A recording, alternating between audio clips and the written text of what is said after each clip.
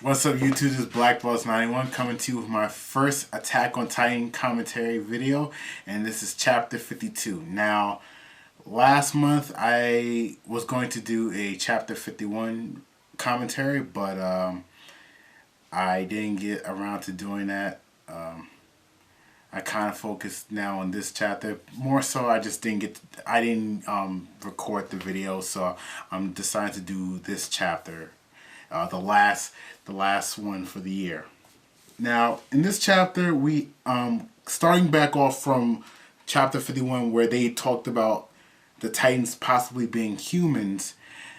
Levi, Hanji, and the crew with Eren, Mikasa, Armin, and Historia, aka Krista, or Krista, aka Historia, whichever way you want to call it. They're on the room. They're talking. Now they're discussing what they think they should do. The whole fact that the crew they're just thinking of a game plan. I think is good because where they are now in the story, you know, they got away from the Armored Titan, the Colossal Titan. Eren still is not knowing how to fully utilize his full power. They just kind of got a revelation of what the Titans could be. I mean, I feel bad for Coney because he went back to his hometown and he didn't see any of his family members or folks. And one of the Titans looked like his mom. I thought that was really messed up. I think it's good that they're going through a game plan. And Hanji, she seems very off in this chapter. She goes on to talk about what happened to Brother Nick. Now, I didn't like this character from what happened before at the wall. He didn't want to give any information, and Hanji had him pinned up on the ledge of the wall, about to let him drop and fall to his death. But just showing the kind of conviction he had, he was not going to say anything. So she decided to spare him, and we come to find out in this chapter that they actually started to become friends in a sense, because she actually hid him away in some far off location at this, like, I guess watch house, where she would go back and forth to see him. He would be able to travel back and forth secretly to wherever he needs to go to, because it seems like he's the person that has valuable information. Now, why she's so off is the fact that in this chapter, she finds out she tells everybody what happened to him, that Brother Nick had died. He was killed.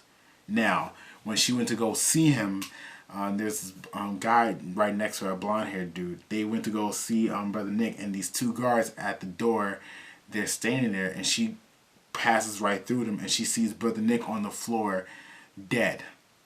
Now, from what I saw, it looked like he had blood coming from the mouth, and like something was wrong with his hands, that there were blood, and he was laying on the ground. And she was highly upset.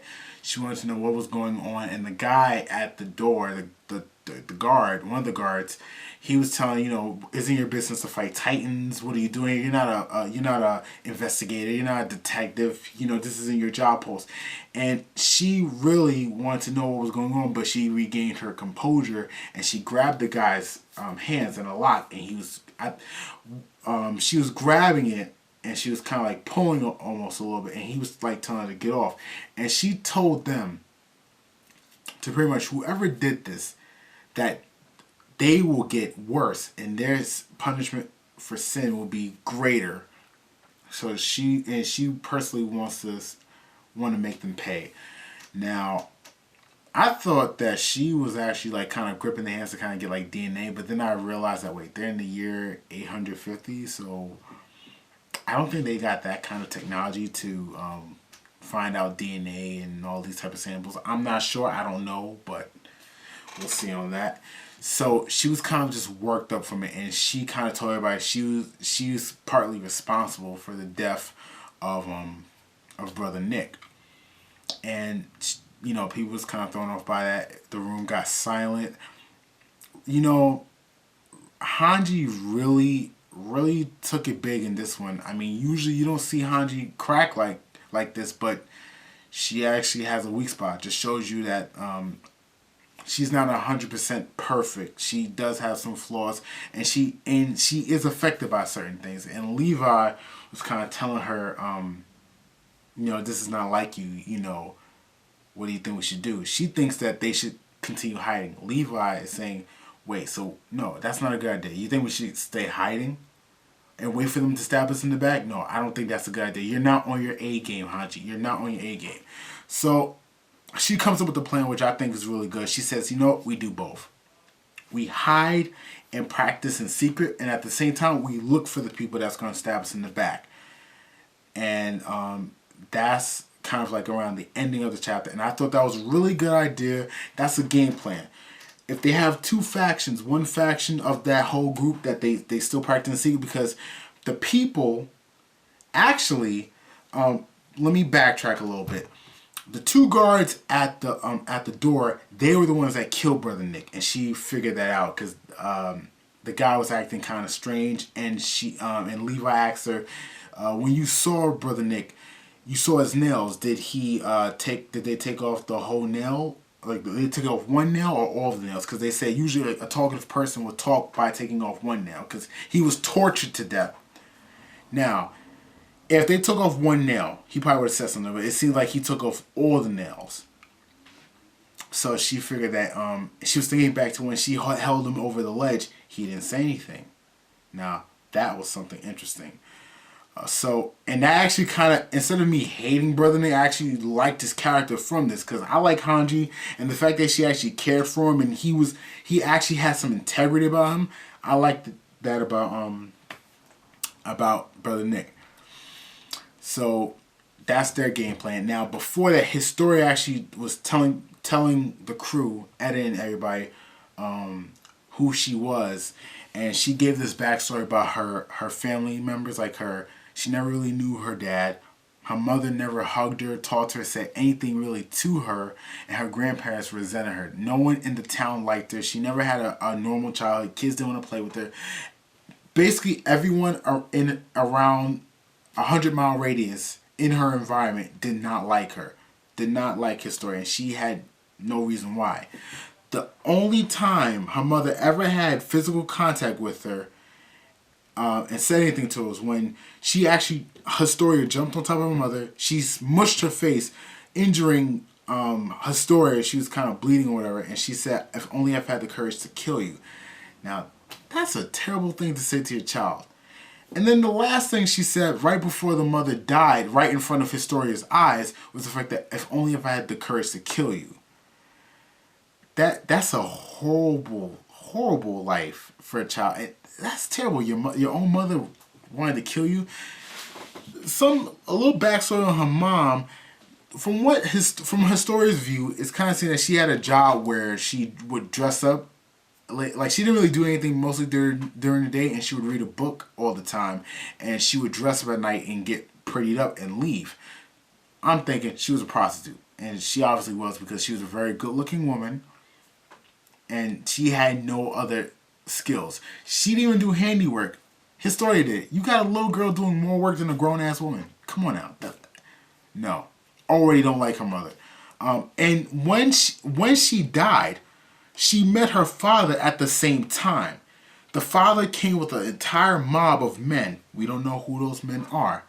I'm suspecting they have something to do with the whole Titan issue, and possibly the giant ape Titan. I'm not sure, but I'm just saying the father doesn't kill the mother. Another guy behind her kills the mother, because the mother screams while they were Historia and her were together. She witnessed the guy slicing the mother's throat off, and the last words that Historia heard from her mother was like, "If only I had the courage to kill you."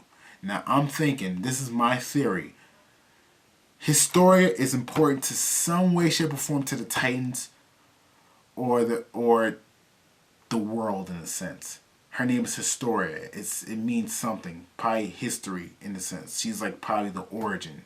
Either she's the keystone or the cornerstone to the Titans, or the